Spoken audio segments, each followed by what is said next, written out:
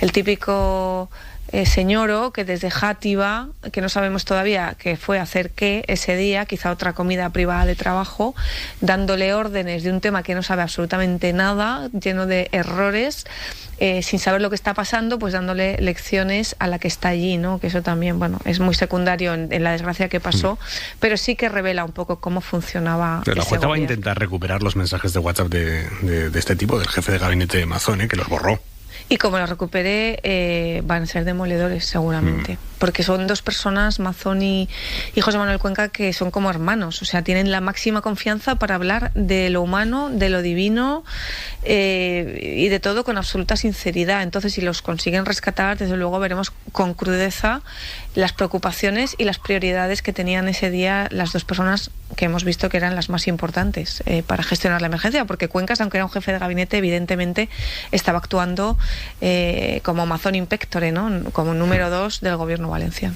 Hoy en el Congreso, Salomé Pradas, que sabéis que era la consejera de emergencias el día de la Dana allí en la Comunidad Valenciana, Salomé Pradas, entre sollozos, ha dicho que ella sí estuvo al pie del cañón aquel día y que hizo todo lo que pudo. Esto es claramente sigue intentando desmarcarse de Mazón ante el riesgo de comerse ella el marrón penal entero, que es aquello a lo que apuntaba, estando imputada a ella y Mazón no, o al menos no todavía. Eso es lo poco que ha dicho, lo de que ella sí estuvo al pie del cañón. Es lo poco que ha dicho tras advertir de que no iba a contestar preguntas de los diputados porque está imputada. Al final, eso sí que lo ha dicho. Julia Molina. Después de que los portavoces le afeasen la decisión de no hablar en el Congreso, pese a que ha hablado en entrevistas... ¿Por qué en la tele sí y aquí no? Pradas finalmente ha intervenido en la comisión. Ha reconocido errores, sí, pero también ha tratado de eludir su responsabilidad. Asegura que no existía un protocolo de alertas móviles, aunque Interior lo elaboró en 2022. También ha insistido en que no retrasó el envío. Ninguna acción, por mi parte, ralentizó el envío, señoría. No pedí autorización a nadie, ni esperé a nadie para prestar mi conformidad. Pese a que el subdirector general de emergencias aseguró ante la jueza que Pradas pidió cambios lingüísticos y eso retrasó la decisión. Sin citarlo, ha dejado un recado para Mazón. Ella sí estuvo al tanto de la emergencia. Pradas estuvo al pie del cañón desde el primer momento hasta el último día en que la cesaron. La exconsejera ha defendido que ha colaborado más que otros comparecientes. También ha pedido perdón. Pido disculpas por no haber podido hacer más y le aseguro que es algo que llevaré toda la vida conmigo. Aunque la declaración ha mostrado poca autocrítica y ha derivado la responsabilidad en los técnicos y en el gobierno central. Ejerique. Bueno, Salomé Pradas sigue mintiendo mucho, ¿no? Desde el primer momento ha mentido en cosas muy clave, como que no había información. En ese sentido sí ha coincidido con Carlos Mazón, ¿no? Ese supuesto apagón informativo. Ha mentido sobre si conocía o no conocía el ESALERT. Ha mentido sobre el Barranco del Pollo diciendo que nadie le avisó, cuando luego han salido imágenes en las que ella incluso lo apunta, aunque sea con falta de ortografía. No sabía ni siquiera, seguramente, ni cómo se escribía, ni probablemente dónde estaba. Pero tiene razón en que, y hemos analizado, ¿no?, las agendas de ese día, es la única consellera que realmente, no, solo faltaría, ¿no?, era la de emergencias, pero es la única consellera que varió su agenda y sí estuvo todo el día pendiente de la emergencia. Desgraciadamente no tenía ni los conocimientos ni la capacidad, ni tuvo la inteligencia para gestionar ni medianamente bien nada. Pero tiene razón cuando dice eso, porque no solo Mazón estaba de comida, es que de su gobierno estaban de medio puente, estaban en Alicante, estaban de viajes personales, en fin, al mando de la situación había muy poca gente pendiente, estaban en premios, y en ese sentido tiene razón. Lo que pasa que, aunque no sea un descargo, porque al final lo gestionó todo mal, sí que es cierto que evidencia también algo que ya hemos visto. Y yo creo que hay un antes y un después cuando Salomé Pradas le da a la jueza los WhatsApps con el jefe de gabinete y con la información sobre Mazón, ¿no? Y eso es muy relevante porque quiere decir que Salomé Pradas, que sigue insistiendo en que Mazón no le dio ninguna orden, y visto la desconexión que llevaba ese hombre ese día, es bastante probable, pero de alguna manera sí que le implica en el freno, y en este caso al jefe de gabinete, cuando ella le está diciendo está la cosa muy mal, queremos confinar, y le está frenando constantemente para que no lo haga, para que no confine, que luego, pues fíjate, ¿no?, que hubiera sido una medida que seguramente alguna vida habría salvado. Desde luego ella suelta las... Quítatelo de la cabeza, lo de confinar. Exacto, Salvo, y luego tranquila. Sí, un lenguaje, la verdad, que bastante paternalista, ¿no? También cuando le dice, tú no puedes confinar, eso lo tiene que hacer la chica que tienes al lado, la delegada de gobierno, ¿no? El típico señoro que desde Játiva, que no sabemos todavía qué fue a hacer qué ese día, quizá otra comida privada de trabajo, dándole órdenes de un tema que no sabe absolutamente nada, lleno de errores, sin saber lo que está pasando, pues dándole lecciones a la que está allí, ¿no? Que eso también, bueno, es muy secundario en la desgracia que pasó, pero sí que revela un poco cómo funcionaba. Pero la Junta va a intentar recuperar los mensajes de WhatsApp de este tipo, del jefe de gabinete de Mazón, que los borró. Y como lo recupere, van a ser demoledores seguramente, porque son dos personas, Mazón y José Manuel Cuenca, que son como hermanos, o sea, tienen la máxima confianza para hablar de lo humano, de lo divino y de todo con absoluta sinceridad. Entonces, si los consiguen rescatar, desde luego veremos con crudeza las preocupaciones y las prioridades que tenían ese día las dos personas que hemos visto que eran las más importantes para gestionar la emergencia, porque Cuencas, aunque era un jefe de gabinete, evidentemente estaba actuando como Mazón Impectore, ¿no? Como número 2 del gobierno valenciano. Bueno, vamos a seguir avanzando con otro asunto que nos va a llevar a Valencia, porque Radio Televisión Española ha tenido acceso a unos audios que desvelan que los bomberos que estaban trabajando el día de la Dana en el Barranco del Pollo recibieron la orden de retirarse, como lo oyen. Recibieron la orden de retirarse. Recibí información, voy a consultar los mandos a ver si me indican otra cosa. Sí, adelante para Buñol. Retiraros a base. Vale, recibido. Retiraros. Son las conversaciones a las que ha tenido, como les decíamos, acceso esta casa, Radio Televisión Española. En esos audios no se identifica quién dio la orden, pero la orden es clarísima. Retírense, dicen. Mario. Sí, esa sería la clave en la investigación, saber quién dio esa orden. A las 14:42, como dice Silvia, se oye esa instrucción, retiraos a la base. Lo que sí que aclaran estos audios es que entre las 12 del mediodía y las 3:30 de la tarde la Generalitat Valenciana tenía información sobre la situación en Utiel, que ya se estaban produciendo rescates, y también se aclara que ya se estaba conociendo que había desbordamiento del río Magro a su paso, por ejemplo, por la localidad de Carlet. Estos audios, a los que ha tenido acceso Radio Televisión Española, ahora han sido incorporados a la causa de la Dana. Ya hemos podido acceder a la vivienda, hemos subido a la persona mayor con movilidad reducida a la segunda planta y nos hemos retirado. Que nos hemos encontrado un tráiler con la cabeza tractora dentro del agua y su ocupante ha salido sin problema. Lo único que está el camión, la cabeza tractora metida en la rambla. Pues la exconsejera Salomé Pradas, que es quien estaba al frente de la emergencia, no va a contribuir a despejar todas nuestras dudas. Ayer fue a la comisión de investigación de la Dana en el Congreso. Ella dijo que estaba afectadísima, pero no quiso responder ni a una sola pregunta. Investigada en la causa judicial, No voy a contestar a las preguntas de sus señorías. Pradas ha llegado al Congreso con una estrategia. ¿Escribía usted para informar al señor Mazón o lo que esperaba eran instrucciones? Silencio. Preguntas que sí ha contestado antes y después de su comparecencia en un medio de comunicación. Porque en la tele sí y aquí no. ¿Quién va a comparar un programa de prime time con este parlamentucho? Sin autocrítica, ha roto ese silencio no para responder, sino para defenderse. ¿Te copias esto? Donde hay un director del plan, que era usted. Bueno, es que se ha dejado usted por decir el comité asesor de 4 miembros, 3 de ellos son del Gobierno de España. Insiste en señalar a las agencias estatales y apunta a la delegada del Gobierno como codirectora del CECOPI. El propio Plan Especial de Inundaciones Autonómico indica que es la Generalitat y, en concreto, la consejera responsable de emergencias quien asume esa dirección. Les falta corazón. Creo que les falta corazón. Creo que les falta corazón en el momento. Rufián ha apelado sus sentimientos y le ha entregado un trozo de cuerda al que se agarró una de las víctimas. ¿De verdad usted se quiere comer este marrón sola? ¿Usted quiere aprovechar este tiempo para por primera vez pedir perdón a las víctimas? Por supuesto. Pido disculpas por no haber podido hacer más y le aseguro que es algo que llevaré toda la vida conmigo. Sin mencionar a Mazón en ningún momento. Quien estaba al pie del cañón pidiendo información era la señora Pradas. Ha defendido su gestión y ha lanzado un aviso. Que ya saldrá todo, ya saldrá. Y sé que la verdad Pradas, finalmente se sabrá. No ha aportado nuevos detalles y se ha ceñido a las consideraciones que traía escritas. No pedí autorización a nadie.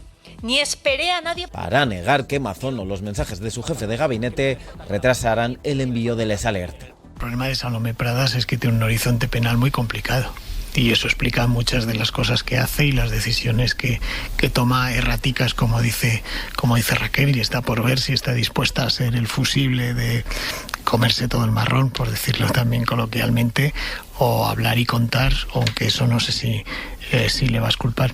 A mí me preocupa una cosa de este tema, visto desde aquí, sin conocimiento profundo del tema. Creo que la jueza lo está haciendo muy bien, hace además unos autos fantásticos y ve por dónde va la investigación, pero me preocupa una cosa. Mazón es aforado. Al primer paso que dé pisando la línea de algo que suponga investigar algo de Mazón que hizo ese día, alguna de sus actividades, puede haber un problema en el sumario, y nada desearíamos menos todos es que al final hubiera algún problema de nulidad o de problema en esa instrucción, y creo que está ahí en una línea muy fina que espero que no lleguemos. Me estoy curando en salud y espero equivocarme. Bueno, yo creo que hasta el momento los autos, uno tras otro, ¿no?, de la jueza de la Dana han ido, siempre se dice eso de estrechando el cerco, y sí, habrá una línea roja, pero hasta ahora es que me parece que es evidente que tiene que, digamos, expurgar todo lo que pueda en el entorno más cercano de Mazón. Le toca a Salomé Pradas, le toca a su jefe de gabinete, todos los que ese día pueden explicar qué pasó y por qué se tardó tanto en lanzar una alerta, y además mal lanzada, es decir, mal escrita, un mensaje que no era el que debían lanzarse. Creo que es la obligación de la jueza llevar todo eso al último punto en el que efectivamente ya tenga que pasar el caso más arriba. Pero hay otra razón, no nos engañemos, porque esto, que me corrija Raquel, pero creo que en Valencia es un secreto a voces. Es que también hay mucha gente que teme que desde una instancia superior no se ponga el mismo empeño en adjudicar las responsabilidades que toquen a un aforado, al expresidente.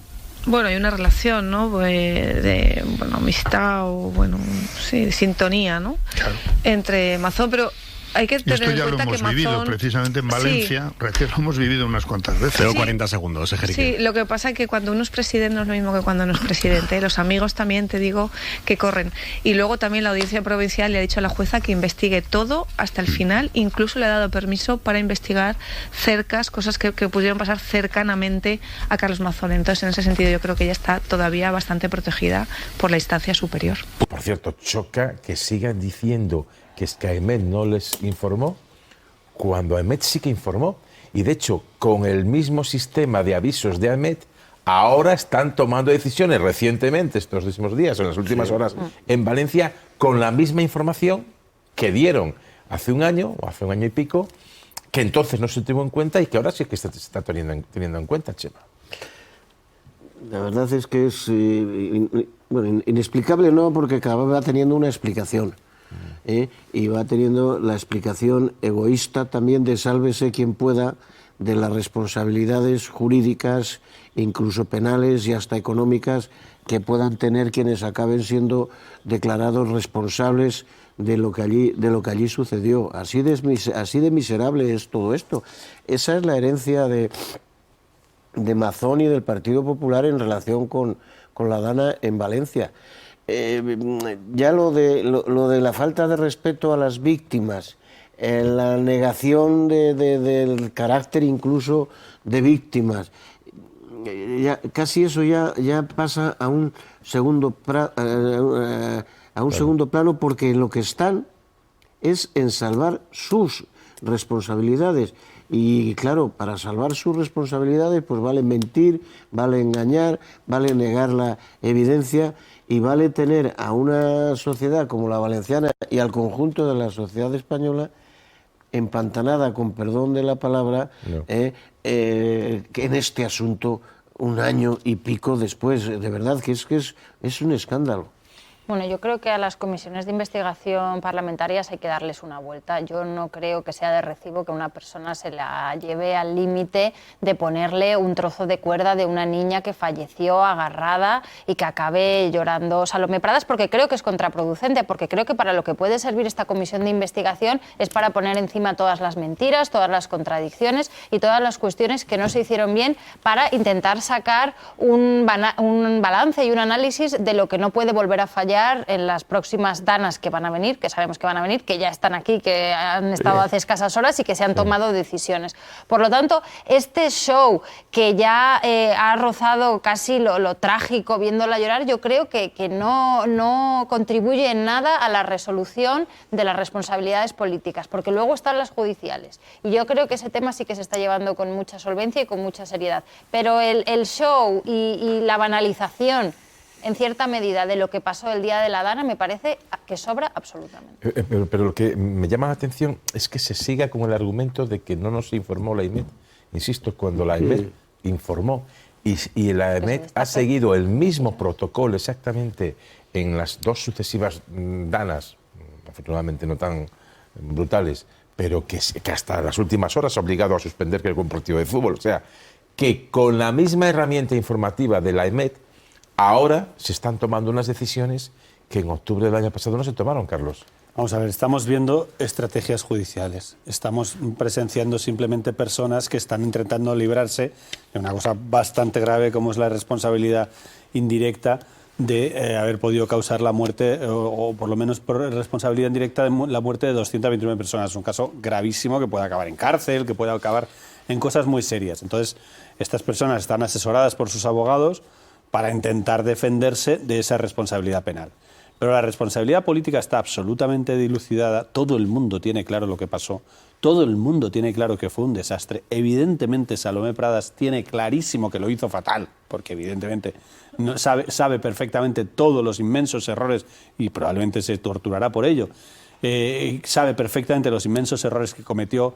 El señor Mazón, por mucho que intente convencernos de lo contrario, sabe perfectamente que su jornada fue un desastre absoluto y que podía haber hecho muchísimo más. Todo el mundo lo sabe, pero es verdad, por ver la parte positiva, y esto es un drama absoluto y lo sabe todo el mundo y sobre todo lo saben las víctimas, que evidentemente van a perseguir a estas personas para que los juzguen, pero lo que es verdad y lo que acabas de comentar tú, claro que hemos aprendido. Claro que el desastre que se hizo en ese momento ha servido, porque hay muchísima gente que evidentemente no necesita este reconocimiento y ella no lo va a reconocer públicamente, pero hay un montón de gente, expertos de esto, que han analizado esa jornada para saber todo lo que no hay que hacer. Y de hecho estamos viendo, como decías tú ahora, en la propia Comunidad Valenciana, pero lo hemos visto en Andalucía, lo hemos visto en Cataluña, vemos reacciones y comportamientos completamente opuestos a los de esa jornada. Y evidentemente es un drama absoluto y las víctimas evidentemente nunca se lo perdonarán a nadie el drama de las muertes, pero claro, es un drama de tal calibre que obviamente es un aprendizaje para no hacer nada y por tanto que personas como Salomé Pradas sigan defendiendo que hicieron lo correcto es ridículo y solo obedece a una estrategia judicial que bueno, que ya veremos cómo da resultado.